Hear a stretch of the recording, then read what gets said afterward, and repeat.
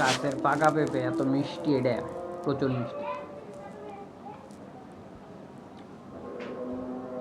লম্বা পেঁপে।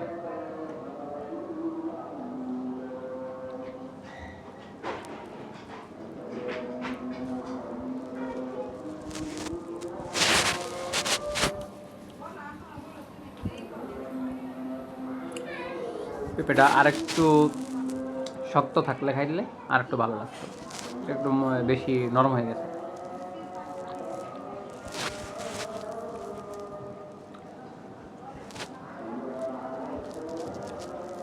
তবে আমরা পেঁপেও খাইছিলাম চট্টগ্রামে, অনেক মজা। 20 টাকা মনে হয় কেজি, নাকি না 15 টাকা কেজি, যাই হোক একদম খয়েরি কালার, সেই মিষ্টি।